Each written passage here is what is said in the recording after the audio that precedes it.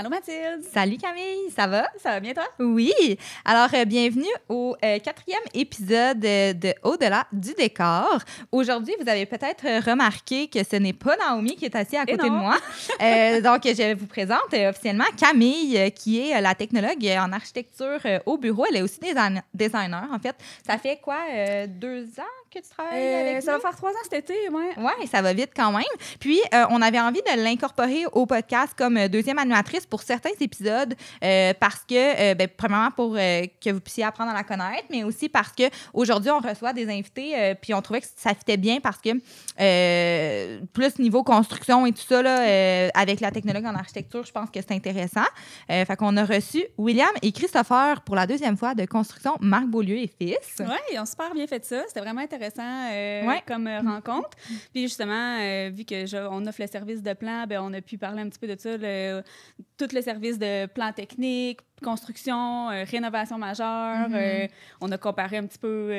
autoconstruction aussi. On a pu démystifier également un peu les questions au niveau des prix parce qu'on se fait demander en tout temps. Fait que, on a essayé de vous donner des lignes directrices là, sur tout ce qui est prix pour une nouvelle maison ou une réno. Fait que super belle discussion. Fait que si ça vous intéresse, restez là parce que c'est vraiment un très bel épisode. Bonne écoute! Allô les gars! Salut! Allô? Ça va bien? Ouais. Ben oui. Oui, on est très contente de vous recevoir aujourd'hui pour une deuxième fois sur le podcast. Vous avez été des invités très en demande, hein? Les gens ont vraiment apprécié votre présence.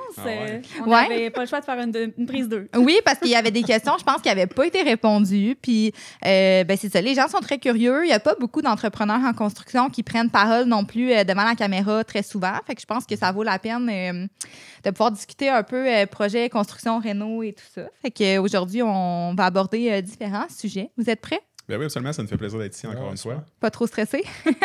On peut stresser. Ouais, c'était assez intimidant avec les caméras et tout. Vous avez une bonne présence sur les réseaux sociaux. Là. Oui, absolument. Grâce à notre fille marketing, on est de plus en plus les réseaux sociaux, mais c'est différent aujourd'hui. Ouais, c'est ça. Je travaille avec mon sac à loup, mais là... C'est plus officiel. On va y aller comme ça. Fait que, est-ce que vous voulez vous présenter peut-être... Là, c'est sûr que pour les auditeurs qui écoutent seulement au son, là, qui ne voient pas la vidéo, moi, je trouve que William et Christopher ont vraiment la même voix, là. Fait que je sais pas si... C'est difficile de les distinguer. Au téléphone, là, moi, j'ai bien de la misère. Fait que je sais pas si vous voulez peut-être vous présenter chacun votre tour, un peu votre parcours. Peut-être que, tu sais, en grande ligne, parce qu'on l'a fait dans la saison 1 un peu plus en détail. Là. Fait que peut-être juste nous refaire un petit topo pour les gens qui n'auraient pas écouté le premier épisode. Moi, dans le fond, je vais commencer. C'est moi le plus famous sur... Le plus famous. Le plus vieux aussi. Ah, c'est ça. C'est vrai que c'est le plus famous. Non, c'est ça. Je reste la personne un peu plus ces chantiers présente. Fait que, ton nom? Christopher. Merci. Fait que c'est ça. Fait qu'accompagnement client sur terrain plus qu'accompagnement client au bureau. Fait que dans la période de soumission, nécessairement, on voit un peu plus William, mais une fois que le contrat est plus dit décroché, on tombe un peu plus avec moi là, sur le chantier. Là. Puis de mon côté, comme Christopher a expliqué au préalable, je suis une personne d'administration, de chiffres. Donc, tout le processus avant la signature du contrat, c'est avec moi, avec les clients. Puis, un petit peu de chantier, mais très non formel, là, juste à aller voir les employés, etc. Là. OK. William. Mon nom est William. Merci. Je pense que ça va être assez facile finalement parce que Christo parle beaucoup moins vite, William parle vraiment plus vite, fait que ça va être facile de faire la différence entre les deux à l'audio. C'est parfait, ça donne une bonne idée. Good. Fait que voulez-vous nous dire rapidement en quoi se spécialise la compagnie de construction? C'est quoi vos projets types? Qu'est-ce que vous aimez faire? Un petit topo à ce niveau-là? Oui, absolument. Dans le fond, on est une compagnie de construction résidentielle, Construction Marc Beaulieu et Fils, qui existe depuis environ 40 ans aujourd'hui. On est la deuxième génération qui a repris l'entreprise. On spécialise construction neuve, rénovation dite majeure. Puis on fait également, on a une autre compagnie qui est Gestion Marc Beaulieu qui font des immeubles locatifs pour nous.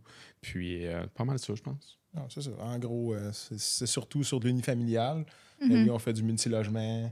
Commercial, on fait de la peu. rénovation. Oui, absolument. Oui, du commercial, vous en faites pas tant que ça, mais est-ce que c'est quelque chose qui... Je lance une première question, mais est-ce que c'est quelque chose qui vous intéresserait comme plus dans les prochaines années?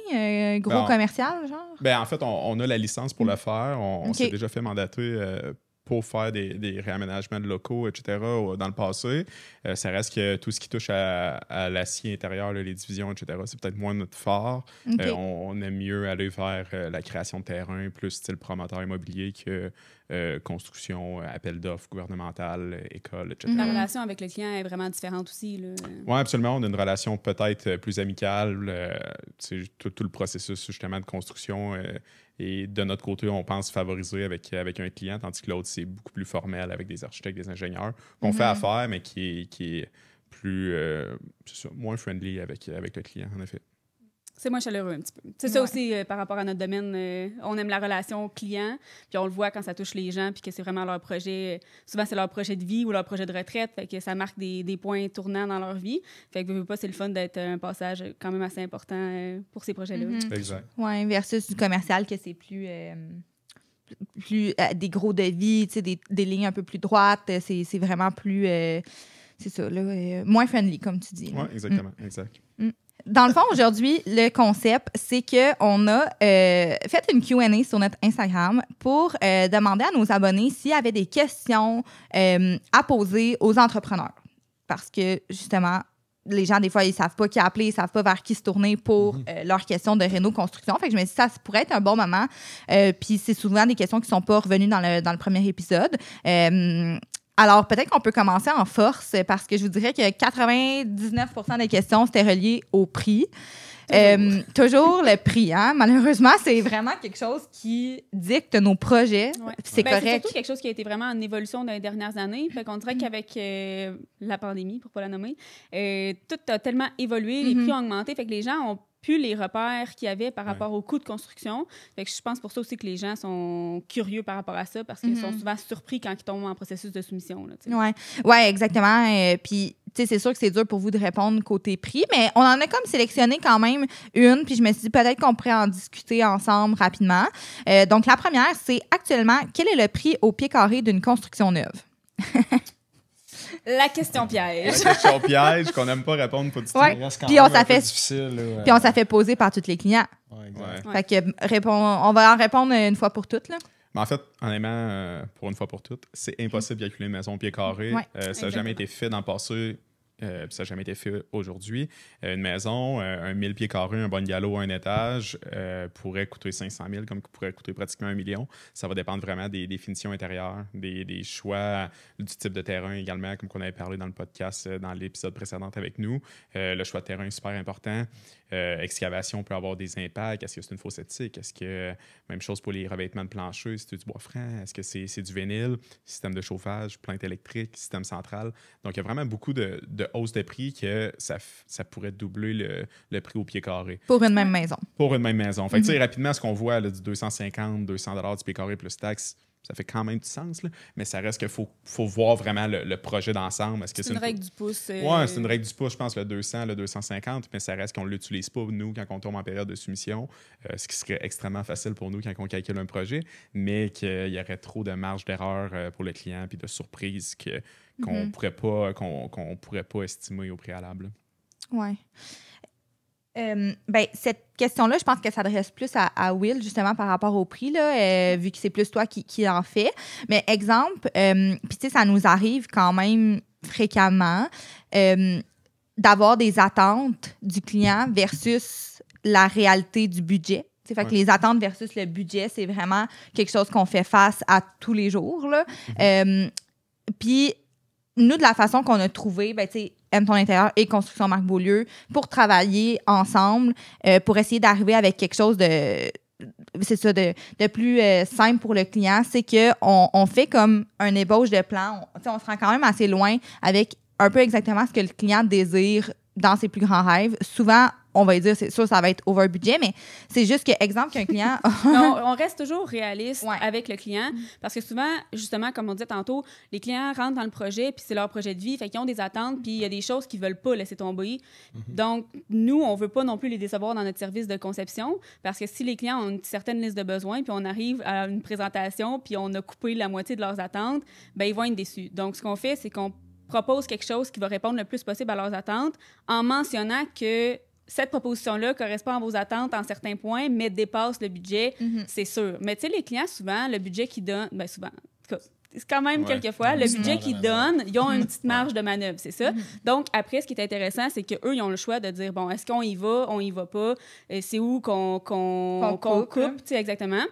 Puis je pense que William et moi, c'est un travail qu'on fait là, quand même souvent. En collaboration, là, Camille et Will. Là, Exactement. Tu sais, là, quelques semaines à peine, on s'est assis ensemble avec le client directement. Les plans de construction étaient faits au complet. William avait fait son processus de soumission pour la construction de la maison. Il avait inclus tout ce qu'on avait prévu, nous, autant au niveau design intérieur qu'à l'extérieur, les matériaux qu'on avait choisis. Malheureusement, le budget... on dépassait, bien sûr. Donc, on s'est assis avec le client, on a proposé des options où ce qu'on pouvait couper. Puis le client, il a dit oui à certaines options, d'autres options qu'il a décidé d'injecter un peu plus de budget pour se rendre où ce qu'il voulait aller dans son projet. Juste milieu, là. Exactement. En fait, le sens de ma question, c'était là que je m'en allais directement, là, parce que c'est un processus qu'on répète souvent. T'sais, nous, on fait les plans avec les clients, on essaie de cocher le plus de choses. Après ça, ça tombe dans la cour de William et Christo. Puis, ils nous reviennent avec un prix parce que pour une soumission, ça leur prend des plans. Ouais, tu pourrais pas faire une soumission, quelqu'un qui dit hey, je veux rénover ma cuisine, mais j'ai pas de plan. Tu peux pas.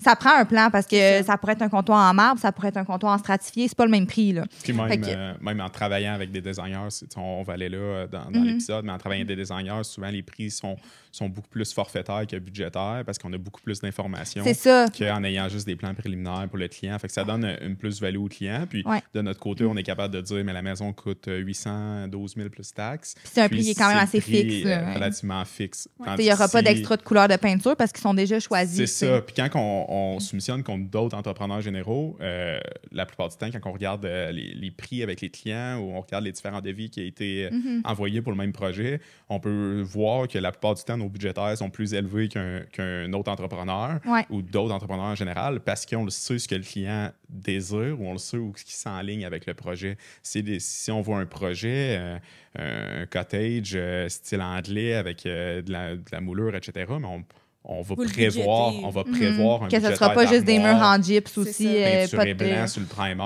On le sait un petit peu. Puis ce qui est plate pour nous, c'est que c'est difficile aux clients de comparer des pommes avec des pommes. C'est un travail ardu. De où l'importance d'avoir une communication lors de la soumission avec l'entrepreneur que vous choisissez au préalable. Puis le fit. Toutes les personnes, exactement. Le fit est important. Mais même aussi avec tous les intervenants du projet. Nous, nos clients, ils nous posent souvent la question. Puis ils nous demandent les références d'entrepreneurs. Puis des fois, ils reçoivent leur soumission de plusieurs entrepreneurs, puis ils nous posent la question. Mais c'est tout le temps ça, c'est essayer de s'asseoir avec les soumissions puis regarder les inclusions. Parce que ça soit la même chose. La soumission moins chère, ben, tu vas retrouver en extra à la fin de projet parce qu'eux, ils n'ont pas budgété les belles têtes de moulure que nous, on a prévues, puis d'autres petits détails qu'en design, on a prévus.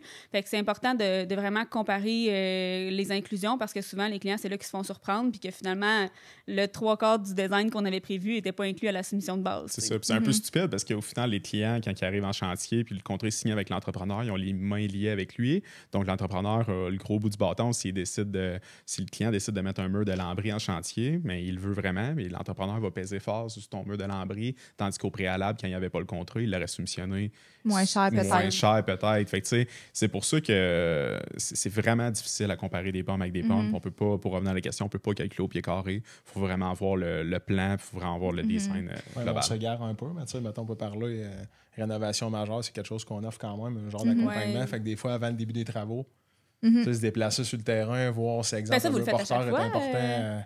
À chaque rénovation. À chaque rénovation, vous vous déplacez sur place avec le client. Puis même une maison neuve, des fois, on part avec une idée X, le plan, il ressemble à un bungalow bien standard, mais finalement, le terrain, idéalement, ce serait de mettre un rez-de-jardin à l'arrière. Ben, c'est quelque chose souvent qu'on fait en début de projet. On se déplace sur le terrain. Ça montre le sérieux de l'entrepreneur aussi. Ça montre le sérieux, puis c'est pas juste une question de prix, encore une fois. Là, on commence à travailler pour rien, pas avoir de bons plans. Puis on travaille des fois un projet 1 an de temps avant d'avoir signé le contrat avec le client, puis on a une discussion avec lui. Mais après ça, c'est de comparer des pommes avec des pommes pour avoir le travail qui était fait au préalable avant de signer le contrat. C'est quelque chose que on peut estimer, il y a la règle du pouce, on parle en maison neuve, mais en rénovation, c'est encore pire. Là. Ça, c'est une estimation impossible. Il y a même des projets, je pense, que vous faites à l'heure parce que vous savez qu'il va y avoir plus de surprises ou plus de... Des fois, on fait tous les plans. Mettons que ce serait une maison neuve, tu pourrais le budgéter, mais là, comme c'est une rénovation, vous dites on y va à l'heure parce qu'il y a trop de détails, quand Christo commence à ouvrir les murs, souvent dans des maisons ancestrales, des trucs comme ça. Électricité, amiante. C'est des surprises qui arrivent des fois. Si on reparle au prix de base de pied carré, des fois, un premier accompagnement au début, aide à respecter un peu plus le budget. En se déplaçant, ben, on voit s'il va y avoir des problèmes au niveau de l'excavation, on voit s'il va y avoir des problèmes au niveau de certains contaminants. Fait que oui, ça l'aide à prévoir un peu plus d'avance. Puis le travail avec le client il est déjà commencé, même si on n'a pas le contrat signé, ça reste qu'on soumissionne toujours les mêmes pourcentages d'administration profit, là, que ce soit un projet à 200 000 ou un projet à 4 millions, c'est le même pourcentage au final. Oui. Fait que dans le fond, l'idéal, c'est... parce que souvent, c'est pas dans les questions, mais c'est une question qu'on reçoit quand même souvent, c'est quoi l'ordre des choses? T'sais, est-ce qu'ils doivent nous contacter en premier ou ça serait bien qu'ils contactent l'entrepreneur? Est-ce que vous préférez que les clients arrivent avec déjà un peu une idée de plan de match de ce qu'ils veulent? T'sais, si c'est une maison neuve, ben un peu un ébauche de plan, puis si c'est une rénovation, ben encore une fois, une ébauche de nouveaux plans d'aménagement, quel mur qu'on veut enlever, c'est quoi l'idéal, ou vous aimez mieux qu'ils vous appellent dès qu'ils décident qu'ils font des rénos pour aller voir sur place? C'est quoi votre idéal, dans le fond? Comme je parlais tantôt, c'est que des fois, c'est peut-être bon une première vue de l'ensemble du projet. Fait qu'on part avec l'idée du client. Ouais. On se déplace chez le client, on regarde un peu sa première idée. Après ça, s'il y a besoin d'un accompagnement plus spécifique, des choix de design, tout ça, là, on tombe en étape avec vous. Mais c'est sûr qu'au début, ça reste quand même une bonne idée de nous contacter pour au moins voir si au moins c'est réaliste. Ça ressemble, c'est réaliste. C'est réaliste. Le budget, est-ce que c'est réaliste avec le budget du client? Si le client nous dit « je veux rajouter un étage sur ma maison », puis son budget est de 100 000, il y a forte chance qu'on l'accompagne pour qu'on lui dise « c'est peut-être pas réaliste », soit on augmente le budget. Voici d'autres projets qu'on a fait qui ressemblent au tien. Puis on lui donne un range de prix. Là, ça reste qu'en 40 ans, on a construit des maisons, puis on a fait des agrandissements. Là, fait que l'expérience. Puis si on n'a pas si on n'a pas l'information de nous, de notre âge, on va aller chercher le paternel, on va aller chercher d'autres employés qui ont travaillé pour nous. Mais souvent aussi, on apprécie beaucoup quand que nos clients en réno ont déjà sélectionné leur entrepreneur, parce que des fois, la première visite à domicile, quand on se déplace, bien, l'entrepreneur aussi se déplace. Donc là, on a vraiment comme les deux côtés de la médaille. Oui, le côté créatif, nos idées de grandeur, mais aussi l'entrepreneur qui est là pour des fois ramener ça, puis dire, oui, c'est une bonne idée, mais ici, on a une poutre à mettre de 15 pieds de long, puis elle va coûter tant, là, ramener les trucs plus complexes, puis voir certains détails que nous, on voit peut-être pas, puis que le client soit déjà au fait de ces informations-là avant que nous, on mette plein de temps sur des options de plan d'aménagement, puis des couleurs d'armoire, là, c'est ça, parce que c'est des coûts au niveau client, autant pour les honoraires que si on recommence 4 fois, je dis mais si, exemple, vous recommencez 4 fois les plans pour arriver au budget du client, mais c'est ça qui est le fun, la plupart du temps, quand on travaille avec vous, d'autres firmes qui nous font confiance, c'est que le client, il sait qu'il est en bonne main avec l'entrepreneur, en guillemets, choisi. On s'attend d'obtenir le contrat, mais on n'est vraiment pas capable, mais c'est tel que tel. Oui, ça c'est déjà arrivé. C'est déjà arrivé qu'on a avancé le projet pendant 1 an ensemble avec le client, puis finalement, le client choisit un entrepreneur moins dispendieux, mais ça reste que c'est plutôt rare que ça arrive. Définitivement. Ça fait partie de la game, puis c'est bien correct. Mais de notre côté, c'est ce qu'on donne au début, c'est qu'on accompagne le client, ou que ce soit une construction neuve ou une rénovation. On l'accompagne dès le début de la conception des plans jusqu'à la remise de soumission puis à la modification de plan aux besoins. C'est le fun d'établir un lien avec vous. Là, on parlait un peu de rénovation, mais par rapport à la construction neuve, souvent, les gens veulent établir un lien, voir c'est quoi le fit justement avec vous, puis qu'est-ce que vous proposez comme service. Mais c'est sûr que pour une construction neuve, je pense qu'à chaque fois que quelqu'un s'assoit avec vous, ça revient au fait que ça va vous prendre premièrement un terrain, puis par la suite des plans pour pouvoir soumissionner quelque chose puis voir l'ampleur du projet et tout. Fait que là, c'est là que nous ou une autre firme rentre en ligne de compte. Puis ça m'amène justement à une question là, qu'on a, puis c'est à savoir si vous offrez justement le service de conception de plan à l'interne, parce que c'est quand même pas rare que les gens arrivent dans le bureau à un rendez-vous puis ils n'ont pas de plan, puis ils se demandent si vous offrez ça. C'est sûr que, oui, on l'offre justement avec la firme conjointe qui est Mathilde Camille au bureau, qui conçoit les plans, mais ça reste qu'on peut référer aussi à d'autres gens. C'est exemple, il y a une municipalité qui demande un architecte, mais c'est sûr qu'on fait affaire avec des architectes à Trois-Rivières, multilogement, même chose, on s'enligne plus vers des firmes d'architecture qui nous font confiance, puis qui nous réfèrent des clients comme qu'on leur réfère des clients. Sinon, nous, à l'interne, mais avec Ton Intérieur, on est capable d'offrir ce service-là. Puis justement, le projet qu'on a parlé tantôt en termes de budget qu'on s'est assis ensemble, c'est que le client, c'était une conception de plan A à Z, fait que design, conception du plan. Il y avait déjà son terrain chez Shawinigan, puis ils nous ont fait confiance pour la construction qu'on va débuter au printemps. Mais il y a eu un beau travail de pratiquement 1 an avec le client de conception, de 3D, de soumission, de modification de soumission. Fait que oui, pour répondre à la question, on offre le service. Avec toi, qu'on travaille quand même beaucoup de projets par année. Puis, si je reviens rapidement, parce que dans le fond, le sens de ma question précédente. Finalement, on n'a pas répondu, mais c'est parfait. On est parti sur plein de discussions. Mais exemple, qu'un client arrive puis que là, ça coûte un peu trop cher. C'est quoi souvent les meilleures pistes de solutions? Tu sais, c'est où que tu proposes aux clients généralement de couper pour que ça vale la peine? Mettons. Je sais pas si c'est une question quand même une grande ligne, là, mais...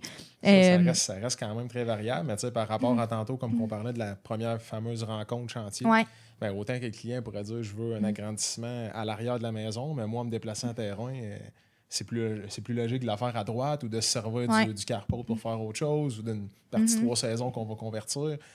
Fait que, tu sais, la première rencontre, même avant de commencer quoi que ce soit en termes de plan, elle reste quand même importante. Là. On crée notre premier contact, puis après ça... Puis sinon, s'il veut réduire dans le prix, mais c'est sûr que le pourcentage de l'entrepreneur... Non, c'est déjà... L'administration profit de l'entrepreneur. Ouais, non, mais ça reste que l'administration profit. Les clients pensent qu'un projet, l'entrepreneur a des grosses marges, etc. Oui, c'est pas clair pour les gens. C'est pas clair pour les gens, mais tu sais, ça reste que oui, comme n'importe quelle entreprise, on fait un pourcentage, mais souvent, ils pensent qu'ils vont sauver en autoconstruction. Ils pensent mais on a des prix de volume, on a des prix de groupe, on a des prix entrepreneurs. Fait que ça reste que c'est des places où on va aligner vers nos clients des choix de matériaux. Est-ce qu'on y va en fibrociment pour l'extérieur, en connexion? Oui, les matériaux extérieurs, ça fait les matériaux, la maçonnerie. Il y a petit luxe aussi, là, les foyers. Oui, c'est vraiment à la mode, les foyers, manteau de foyer en pierre. Mais on en parlait, puis un foyer, souvent, ça tourne autour de 10 000 plus le manteau qu'on met alentour. Plus le frame. Plus la maçonnerie. Fait que souvent, c'est un morceau, un 20 000 qu'on peut couper. Qui n'est pas obligatoire dans le projet. La maison peut se construire sans foyer. Même chose pour les plafonds cathédrales. Ça, c'est un gros... à la mode aussi. Mais c'est souvent des extras que les gens pensent pas. Au niveau autant structural, les fermes de toit sont plus chères, la pose de gyps c'est plus cher, le tirage de joints, peinture. Tout le monde charge des extras pour le cathédrale. Fait que souvent, ça peut être des gros morceaux à couper qui peuvent faire une bonne différence sur le coût. Ou les gens aiment beaucoup les terrasses couvertes aussi. L'aménagement extérieur, terrasse couverte, ça aussi, c'est des gros morceaux que... Mais souvent, c'est justement, c'est plein de points qu'on peut peut-être prévoir. Fait qu'en ayant un bon contact avec son entrepreneur, on peut prévoir le foyer qu'ils ne mettront pas nécessairement tout de suite, mais en faisant la construction, on peut prévoir faire le fit en conséquence. Ils vont faire la boîte de cheminée, etc. C'est ça. Prévoir certains trucs en étapes. Oui, puis même prévoir, justement, dans la conception de plan, ça arrive régulièrement que le client n'a pas nécessairement le budget de construire un cottage avec son garage attaché, mais on peut le prévoir, mettre une fenêtre à un endroit spécifique pour éventuellement le transformer en porte quand on va faire l'agrandissement du garage. Puis, c'est un peu comme ça que l'accompagnement se fait de notre côté, puis on est capable de justement prévoir les futures étapes du projet, parce que ça reste que les terrains, c'est un peu le nerf de la guerre, les clients déménagent moins, veulent agrandir, etc. Quand ils ont trouvé leur terrain de rêve puis leur maison de rêve, c'est toujours une question de budget. Fait que si on y va par étapes, mais quand même planifié, c'est bien fait. Là. Puis d'ailleurs, là, tu parles d'agrandissement. Mettons, c'est quoi la différence pour moi qui est designer, là, ici? Je me sens un peu... mais c'est quoi la différence entre un agrandissement sur pieux puis un agrandissement, c'est quoi, c'est fondation? OK. Fait que, pour les gens qui nous écoutent, qui voudraient faire des agrandissements, est-ce qu'il y a une plus-value? Y en a-t-il un qui est moins cher que l'autre?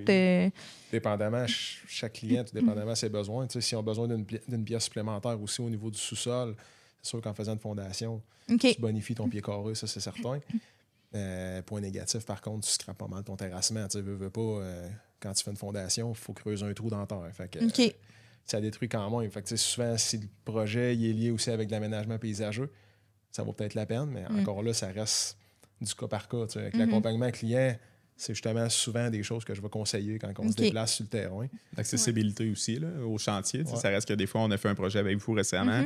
C'était tellement tout pogné. On l'a fait en excavation, on l'a fait avec une pièce au sous-sol, mais ça a été quand même complexe au niveau de faire la fondation. C'était dangereux, on était rendu chez le voisin. Donc, si on avait fait l'agrandissement sur pieux, c'est juste un petit 4 roues. Pieux, c'est un peu moins compliqué. Là, un peu moins compliqué, ça scrape moins l'aménagement paysager. Il faut faire attention parce que c'est pas toutes les municipalités qui le permettent, les agrandissements sur pieux, mais effectivement, au niveau du budget, puis au niveau du confort non plus, on peut pas dire que c'est la même chose. C'est pas la même chose, j'ai vraiment envoyé à la céramique chauffante. OK, je comprends. Intéressant, je pense. Ça implique quand même moins de choses là, sur chantier. Coffreur, béton, cimentier, excavation, on les élimine du projet. Puis souvent, c'est qu'on ajoute une pièce au sous-sol, mais il ne faut pas oublier que le mur de fondation existant, il faut le scier. Il faut faire un accès à la nouvelle pièce. OK, quand même, ça engendre quand même beaucoup de travaux. mais ça peut donner quand même du pied carré de plus au sous-sol. Ouais. Fait que, ça peut être intéressant. Est-ce que la plus-value sur le long terme, là, je pense qu'un courtier pourra répondre pour vous, mais de notre côté, on préfère peut-être un agrandissement sur fondation, mais ça arrive régulièrement qu'on en fait sur pieux. Est-ce que c'est plus durable ou ça change rien? Je pense pas que ça change de quoi. OK. Je pense pas. Comment que c'est fait maintenant au niveau de la conception de la coupe du plancher, c'est quand même très, très durable là, avec le reste. C'est vraiment mieux qu'avant. Là, oui, sur ça a le vraiment tube beaucoup ou des trucs comme évolué, ça. J'ai une autre question, parce que c'est rare qu'on s'assoit puis qu'on jase de trucs comme ça. Mais un autre point qui revient souvent, je pense, dans les constructions, surtout neuves, c'est le chauffage.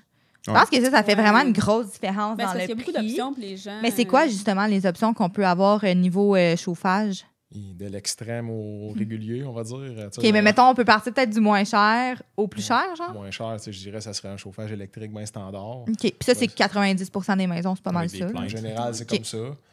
Sinon, on ne veut pas souvent, on a le petit bonus, les fameux planchers chauffants, les salles de bain. Électriques qui fonctionnent avec le chauffage électrique exact, aussi. On est encore sur l'électricité, mais sinon, à l'extrême, on peut parler de géothermie, mais là... Ouais, là, on rentre dans quelque chose de plus compliqué. C'est quelque chose qu'on fait, là. On en a fait quelques-unes l'année passée encore. OK. Il y a plusieurs façons de faire notre géothermie, mais oui, c'est quelque chose qui peut se faire aussi. Dans la gamme de maisons que vous faites, on est en système central beaucoup, le système central électrique. Le système on y va pas dans le biénergie la plupart du temps. Là, on est vraiment un système central électrique. Mais pour réduire les coûts, encore une fois, comme vous dites, là, on fait quand même des projets assez haut de gamme. Quand le client il a le budget pour, on les enligne vers un système géothermie. Est-ce que c'est une obligation pour vrai? Non. Est-ce que le gouvernement présentement offre des super belles subventions sur un système géothermie qui peut coûter 200 000, voire 140 000 de subventions? OK, quand même. Oui, c'est vraiment là pour l'accompagner, exactement, pour faire les demandes de subventions, etc. Puis, c'est un super beau système. On a 2 systèmes verticales, horizontales, avec des forages ou horizontales avec une excavation. Puis en gros, c'est quoi, géothermie? C'est aller chercher l'énergie du centre de la Terre, qu'on pourrait dire, puis réutiliser cette énergie-là pour compenser les frais. Oui, qui vient c'est ça. Fait que c'est comme pas mal le meilleur. C'est pas mal le meilleur, c'est surtout le moins dispendieux. Là. Je veux dire. Au long terme. Au long terme. Okay. Non, je parle pas au niveau de l'achat du système, mais au long terme, on n'a pas. Ben, on a des frais électriques, mais très, très mineurs parce que. C'est pratiquement autosuffisant. Oui, exactement, exact. Okay. C'est assez rare, pareil. Ben oui, mettons l'an dernier, on a eu 2. Les thermopompes, c'est quand même. Un système central ou des thermopompes. Le système central, c'est quand même très en demande, je pense aussi. C'est sûr que le système central, niveau design, c'est celui qu'on aime. Des fois, ça peut. C'est pas les si docks, pire, là, exactement. Il faut le prévoir quand même comme il faut. Puis, souvent, les sous-traitants en mécanique vont prévoir là, quand même, on va s'asseoir puis avoir une stratégie pour savoir où est-ce qu'on passe les docks, pas que le client se ramasse avec des retombées de plafond qu'on ne voudrait pas avoir. Fait que il y a quand même quelques petites tactiques qu'on peut utiliser. Sinon, c'est sûr, au niveau des grilles de plancher, ça, c'est notre petite bête noire. Là. Quand le client, si on a un beau plancher de bois, on conseille les grilles en bois qui vont matcher. Essayer de les camoufler un petit peu, parce qu'il y a une bonne petite grille blanche. Oui, c'est moins esthétique un peu. Hein? Ça vient cacher un peu le... c'est mieux qu'une plante électrique. C'est mieux qu'une plante électrique. C'est mieux qu'une plante électrique. OK. C'est ça, oui. Je comprends. Je suis d'accord. Encore une fois, c'est une question de coût, parce que les grilles de plancher en bois... C'est mieux qu'une tête de thermopompe. C'est mieux qu'une tête de thermopompe, mais c'est vraiment... Pas de grilles en bois, on met des grilles en métal. En métal, c'est ça. OK, cool. Intéressant. Je pense que ça va répondre quand même à plusieurs questions parce que je pense que c'est ça qui revient beaucoup, même chez tes clients parce que, en fait, nos bureaux sont un à côté de l'autre. Fait que quand tu rencontres des clients, on les entend. Ah, OK, c'est quoi la différence entre tel chauffage? Je pense que c'est comme... Quand on a des maisons sans sous-sol également, là, qui est de plus en plus la mode, qui est plancher chauffant dans le béton. On pourrait faire ça dans un sous-sol également. Mais de l'école, électrique. Il y a beaucoup de choses qu'il faut regarder avec les clients. Mais c'est ce qui peut faire une énorme différence de prix aussi, là. Oui, puis l'entrepreneur en général est là pour répondre à ces questions-là. Là. Je veux dire, une personne... Encore une fois, le système central, comme tu dis, ça reste encore le fameux mot accompagnement, mais en termes de personnes au chantier, ben oui, ça peut se faire pour ça un peu n'importe où, mais quand tu travailles avec le client conjointement, tu essaies de le faire comme si c'était ta propre maison. Ben, c'est ça. On essaie de placer ou une surélévation à quelque part, on peut monter... exact. Là, fait que j'essaie d'en camoufler le plus possible, c'est sûr. Puis... Oui. Depuis tantôt, on fait un petit peu la superposition là, entre des rénovations, les agrandissements, les maisons neuves. Puis en plus, c'est le fun parce que vous faites les deux. Fait que si vous avez à conseiller, là, parce qu'on a beaucoup de gens qui ont posé la question justement puis qui hésitent, est-ce qu'on agrandit notre maison, est-ce qu'on rénove notre maison ou on se trouve un terrain puis on construit? Là? Fait que ça serait quoi votre opinion par rapport à ça? Je pense que construction neuve... C'est juste qu'on parlait de coût de construction. Tu sais, veux pas... Si la personne n'est pas prête à débourser un bon montant quand même pour le coût de son terrain, c'est sûr que là, l'option... c'est sûr qu'en Mauricie, c'est ça, c'est le nerf de la guerre, là, les terrains en ce moment. C'est ça, là. Fait que si tu t'en vas en région un petit peu plus éloignée, là, je pense que j'irai pareil avec l'option d'une maison neuve, mais en termes de je veux rester central à Trois-Rivières. Ben, ça me fait vraiment rire parce que moi puis William, ben, on est un couple, là, dans le fond, pour ceux qui ne savent pas. Puis on est exactement dans ce dilemme-là en ce moment. Tous nos plans de maison neuve sont décidés. On a acheté un terrain. Puis, juste avant le podcast, on vient d'aller visiter une maison. On est comme, on rénove ou on construit. Tu sais, on est vraiment entre les deux. Ouais. Puis même pour nous, qu'on est professionnels dans le domaine, on se pose la question parce qu'il y a tellement d'enjeux dans le sens que construction neuve, t'as pas de terrassement. T'sais, ça a quand même à réfléchir. Il n'y a rien dehors. Il y a une étienne, il y a une piscine. Il y a l'asphalte, il y a les trottoirs en béton. Le gazon. Les arbres, souvent, les arbres vont être matures sur un terrain d'une maison usagée. C'est ça. Souvent, les gens vont se promener dans les quartiers de Maisonneuve, puis tout le monde dit le même commentaire. C'est froid, il n'y a pas d'arbres. Mais c'est parce que les autres quartiers, ils ont 30, 40, 50 ans. C'est sûr qu'ils ont des beaux arbres matures, mais c'est tous des petits bungalows qui ont besoin d'amour. L'exercice est à faire de voir les deux options, mais je pense, en tout cas pour nous, en Mauricie, c'est le nerf de la guerre, c'est les terrains. On a un problème pour développer des rues avec les infrastructures en ce moment de la municipalité et de la ville. Donc, le client, c'est sûr qu'il s'enligne peut-être plus vers des agrandissements, vers des rénovations. Puis, comme Christo a dit, si on s'éloigne de Trois-Rivières, on se déplace quand même loin, nous, de notre côté, là, pratiquement 100 km à l'entour de Trois-Rivières. Là, fait qu'on fait quand même beaucoup de municipalités. Quand le client trouve un terrain en dehors de municipalité X, on va voir le terrain avec lui, on le soumissionne, puis le terrain peut lui avoir coûté pratiquement des pinottes, mais cette option-là est quand même très bonne. Ça reste une construction neuve assez dispendieuse, comme qu'on dit, paysagement, souvent des choix, là, des temps caillottes, comme qu'on peut dire. Fait que c'est ça. Les deux options sont super bonnes. Moi, je préfère... premier podcast, on parlait de rénovation. Là, je pense que je préfère construction neuve pour les surprises. Puis, ça, puis aussi, c'est pas à négliger qu'une rénovation avec agrandissement, ça coûte pas juste 150 000. Là, c'est rendu quand même assez cher. Puis nous, on en fait quand même beaucoup parce que justement, en Mauricie, comme on dit, c'est en demande. Mais il y a des projets que les clients veulent.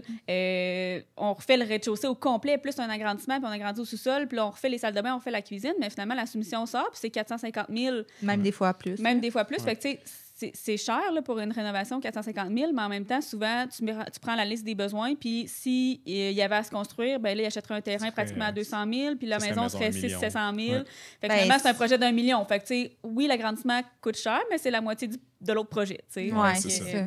Ouais, c'est quand même, c'est à évaluer. C'est juste que, qu'est-ce que je trouve, c'est que, tu sais, mettons, justement, si je réfère à nous, construction, ben, tu sais, j'ai un peu plus tout ce que je veux dans mes besoins. Là, ben, c'est sûr que si on va visiter, ben on est comme pris un peu. Exemple, là, moi, j'aurais beaucoup aimé avoir des plafonds de 9 pieds. Ben là, la maison, elle a des plafonds de 8 pieds. Fait que, je vais pas les mettre plus. Ça change pas vraiment, là. Fait que, tu sais, il y a tous ces petits points-là, des fois, qu'il faut faire des concessions, mais en même temps, c'est de se dire, tu sais, est-ce que, oui, dans ma construction neuve, j'aurais tout ce que je veux, mais en même temps, j'aurais peut-être pas de piscine versus... T'as pas le quartier. T'as pas le quartier aussi. Là, ça, c'est vraiment, en fait, c'est notre plus gros enjeu. Là, c'est vraiment tout ce qui est quartier. Je trouve que c'est vraiment à considérer. Puis c'est beaucoup de nos clients que c'est ça, qui décident d'agrandir parce qu'ils veulent pas quitter leur quartier. Parce qu'ils ne retrouveront pas. Ou rénover, c'est à tous les jours. En ce moment, on est en train de le faire. Honnêtement, là, nous, des fois, on reçoit des courriels. Oui, bon, on est allé visiter cette maison-là. Nous, on a fini le projet. Là, on est comme nous. On est sûr que ça se fait. Les clients continuent à aller visiter des maisons parce qu'ils sont comme encore en hésitation. Mais finalement, ils ne trouvent jamais ce qu'ils veulent. Fait que, souvent, rénover, c'est quand même une belle option. Je pense que les deux options sont bonnes. C'est vraiment juste selon les besoins. Il y a une analyse à faire. C'est important de faire ses devoirs comme il faut. Mais... c'est l'important, c'est de faire les bons choix, d'avoir les bons accompagnateurs, puis y aller une étape à la fois. Bien accompagné. Exactement. Ben justement, prochaine question, qui a été posée à plusieurs reprises. On l'a reformulée, mais comment s'assurer d'avoir un entrepreneur compétent et fiable? Parce que je crois que c'est vraiment un enjeu en ce moment pour les clients puis les gens qui engagent les entrepreneurs. Il y a tellement d'histoires d'horreur qu'on entend que les gens, ça les inquiète beaucoup, puis ils nous posent souvent la question, puis ils veulent nos références parce que justement...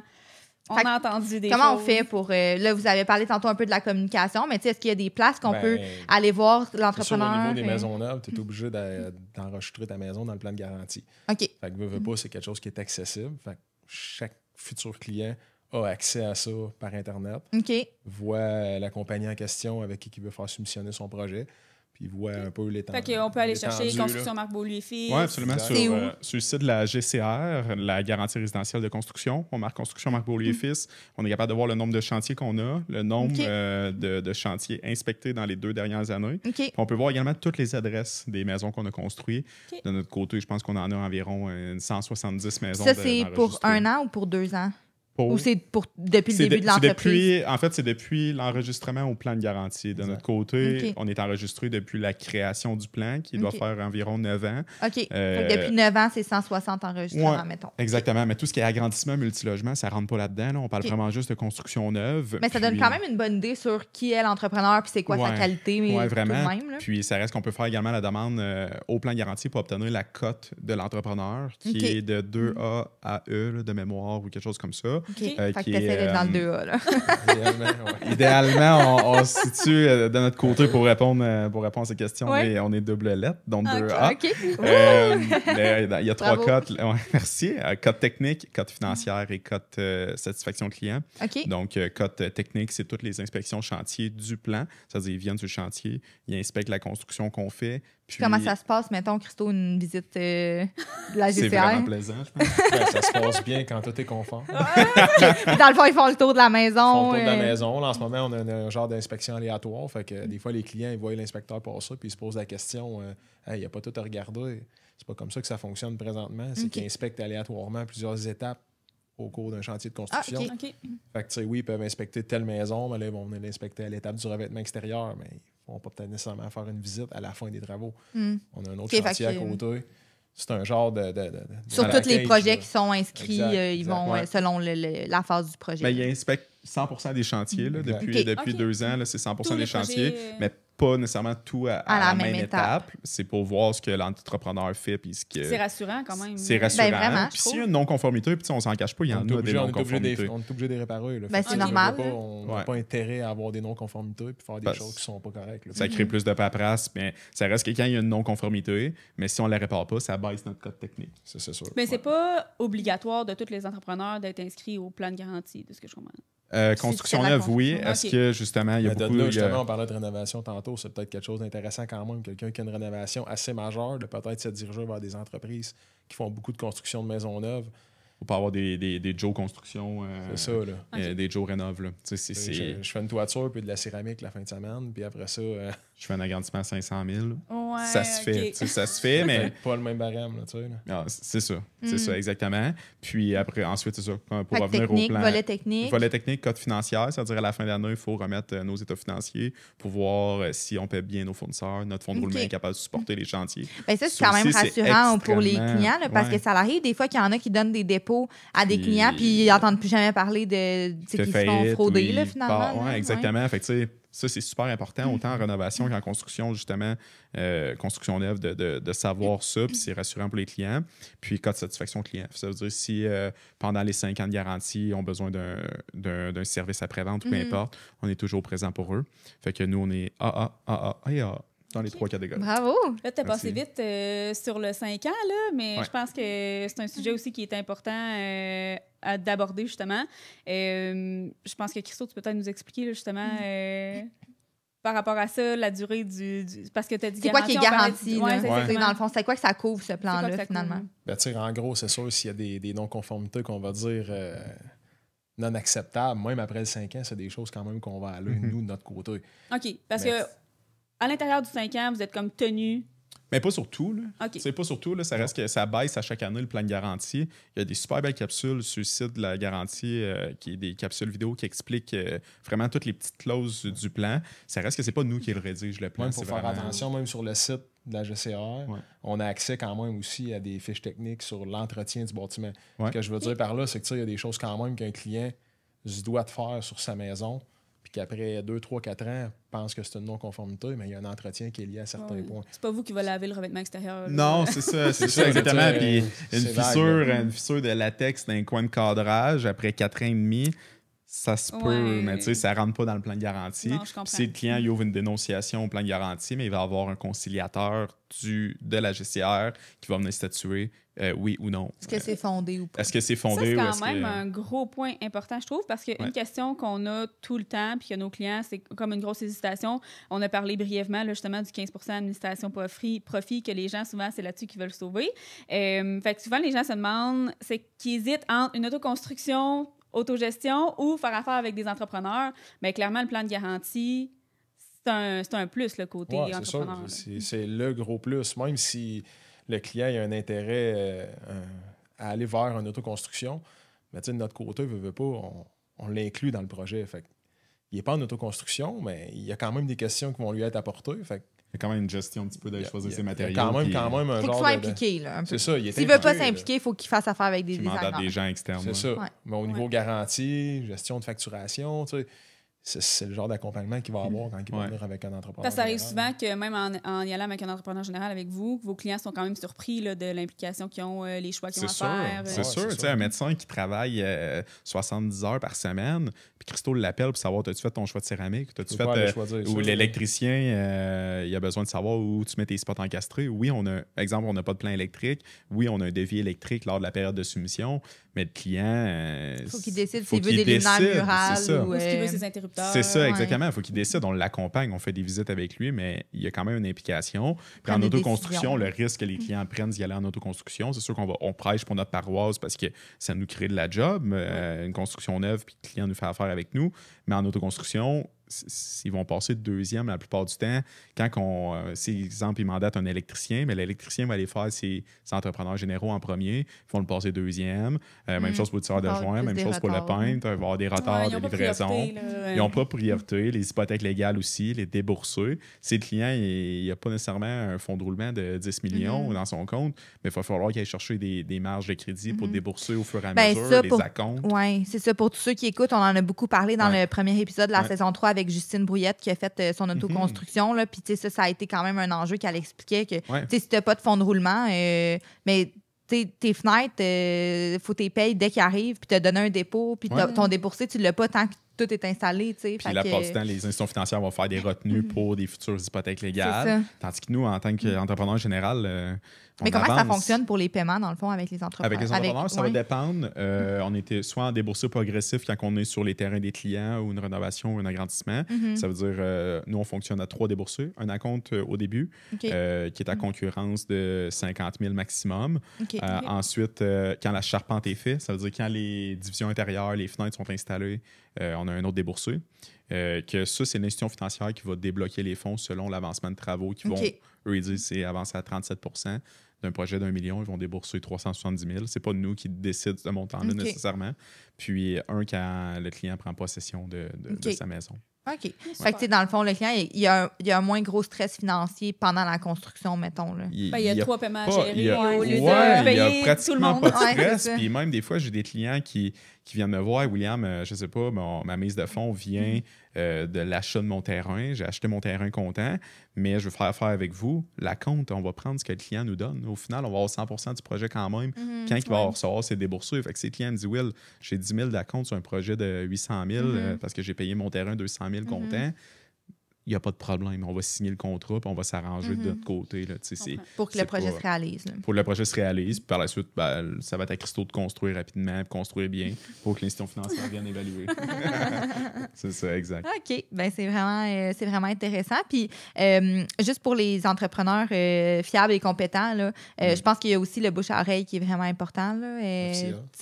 Vous en avez vraiment beaucoup des clients qui, ça fait comme 2-3 fois que vous les avez construits puis que se construisent, mettons, leur dernière maison, puis les voisins. Puis, ça, je pense que pour ceux qui nous écoutent, tout ce qui est bouche à oreille, des personnes fiables, ça peut être vraiment très pertinent. Demander autour de vous, avez-vous déjà fait affaire avec eux? Pour le projet à Saint-Étienne en ce moment, là, ça fait... on a fait plusieurs projets pour eux. Fait que c'est justement des preuves. Là, on les voit dans nos vidéos. C'est 1, 2, 3, 4, 5. Je pense que vous êtes rendus à genre 6 maisons. 6 maisons. Pour toute la famille. Pour toute la famille. Puis c'est pas des petites maisons. Là, c'est des projets quand même très haut de gamme. Puis on est rendu à la 6e maison qu'on construit pour eux. Même de notre côté, oui, mon père était présent, notre père était présent anciennement, mais mon père a construit les parents, puis nous, dans les dernières années, on a construit les enfants. Puis, fait que oui, on beaucoup de bouche à oreille. On ne déménage pas, fait qu'on fait des agrandissements. On fait des agrandissements, on rénove leur maison. Ça, c'est le fun des clients comme ça, parce que vous avez déjà comme la communication qui se fait. Vous connaissez un petit peu comment ils sont, fait que vous êtes capable vraiment de faire un projet à la hauteur de leurs attentes aussi. En effet. C'est bien, c'est bien. Par rapport à, juste pour faire le tour un petit peu de l'autoconstruction, là, parce que souvent, c'est quand même un certain risque de se lancer dans un projet comme ça. Puis est-ce qu'il y a certains risques que vous savez que vous voudriez éviter ou vous connaissez les risques à prendre là, pour une autoconstruction? Je ne sais pas si... Là-dessus, vas-y donc. C'est sûr que quoi le risque? Là? Le risque premier, c'est de faire affaire avec des sous-traitants non compétents. Là.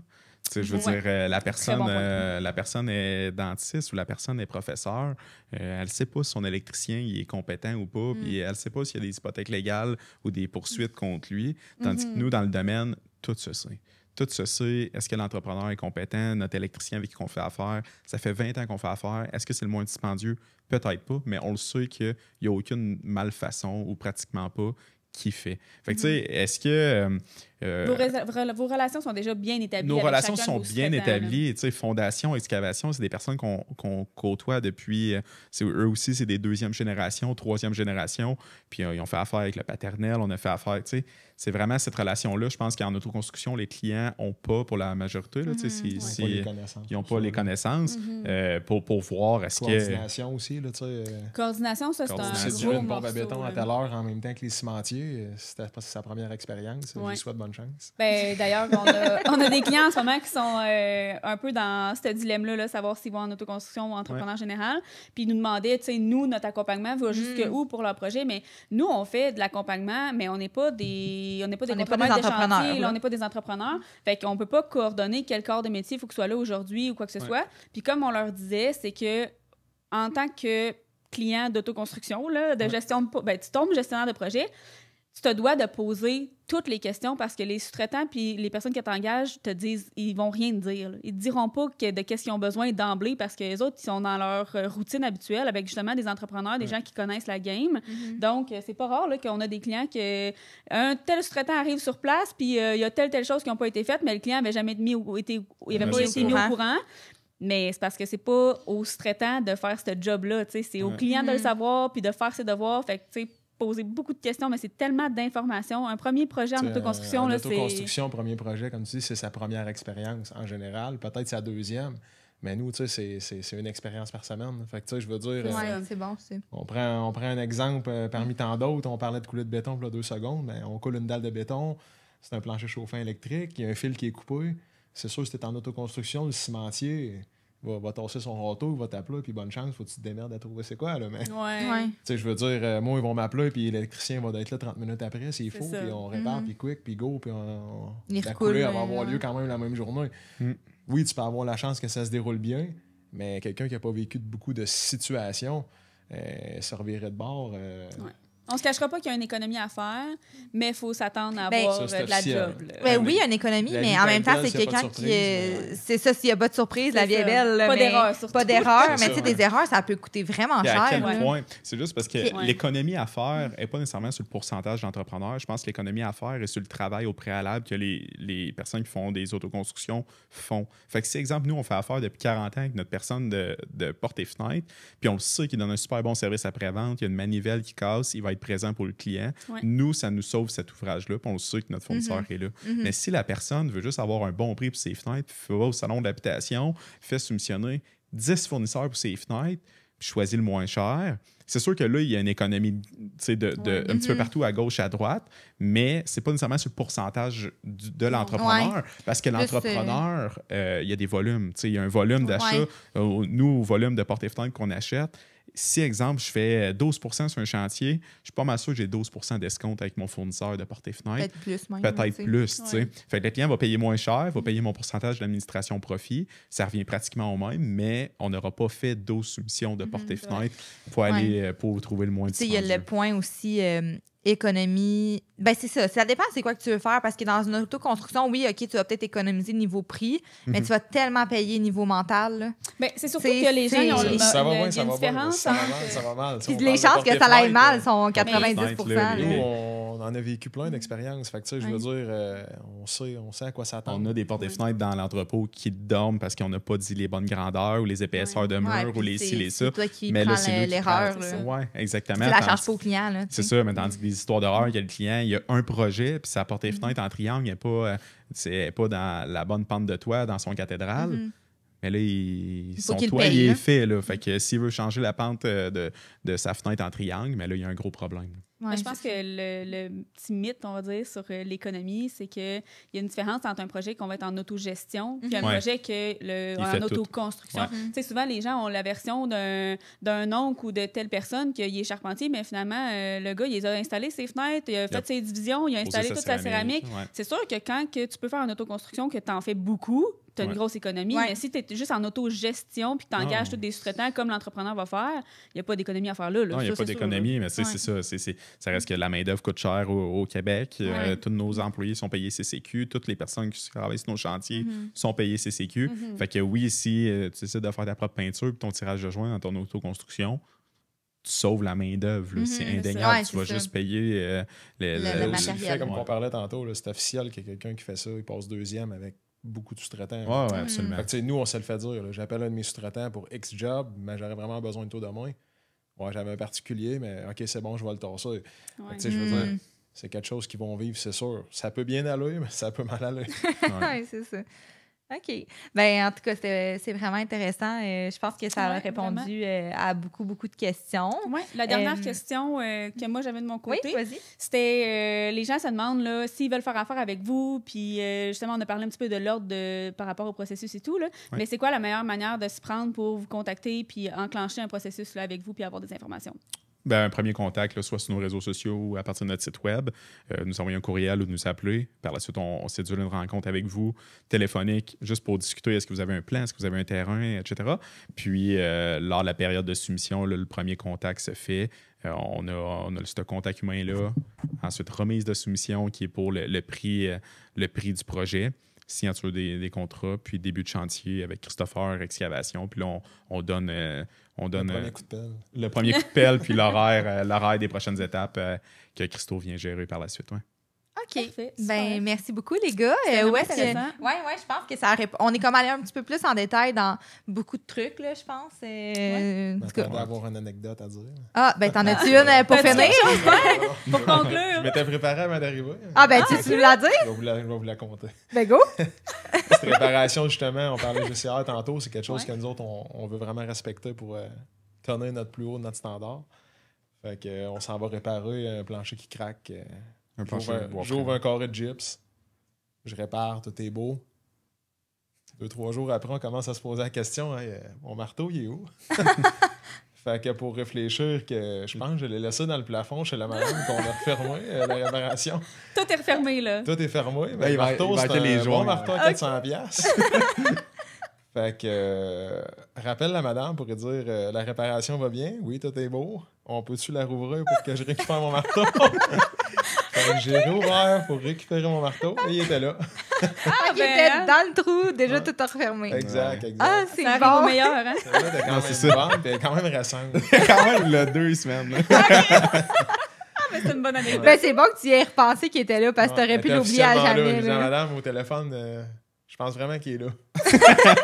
Donc, c'est ça. D'une chance, t'es pas médecin. C'est un scalpel dans le corps ouvert. Ah, c'est bon. Ben, merci pour cette anecdote. C'était génial. Merci d'être venus, les gars. C'est super gentil. On était Très bien apprécié. contentes. Où est-ce qu'on peut vous retrouver? Parce que vous êtes très présents sur les réseaux. Fait que... TikTok, Christopher, la vedette. La vedette. Ouais, les trucs de pro, là. Truc de pro. Truc de pro avec Christo. TikTok, Instagram, Facebook, on est quand même très présents. Notre team marketing fait un super beau travail. Construction Marc Beaulieu et Fils. On est vraiment présents là, en termes... C'est ça, sur nos différents projets qu'on avance. On donne des petits trucs, ils voient un peu... la qualité, chantier. Qu'est-ce que ça a de l'air, là? Ouais, les inspections aussi, parce qu'on fait aussi des inspections, puis on explique notre bon travail pour se différencier des autres entrepreneurs non compétents. Bon, merci. Alors, nous, vous allez pouvoir nous retrouver sur nos réseaux sociaux, donc Instagram, Facebook, TikTok, au nom de Aime ton intérieur. Et si vous avez un projet rénovation, construction, bref, un projet pour nous, veuillez nous écrire sur notre site web. On a un formulaire à remplir au aimetonintérieur.com. Merci beaucoup. Bye.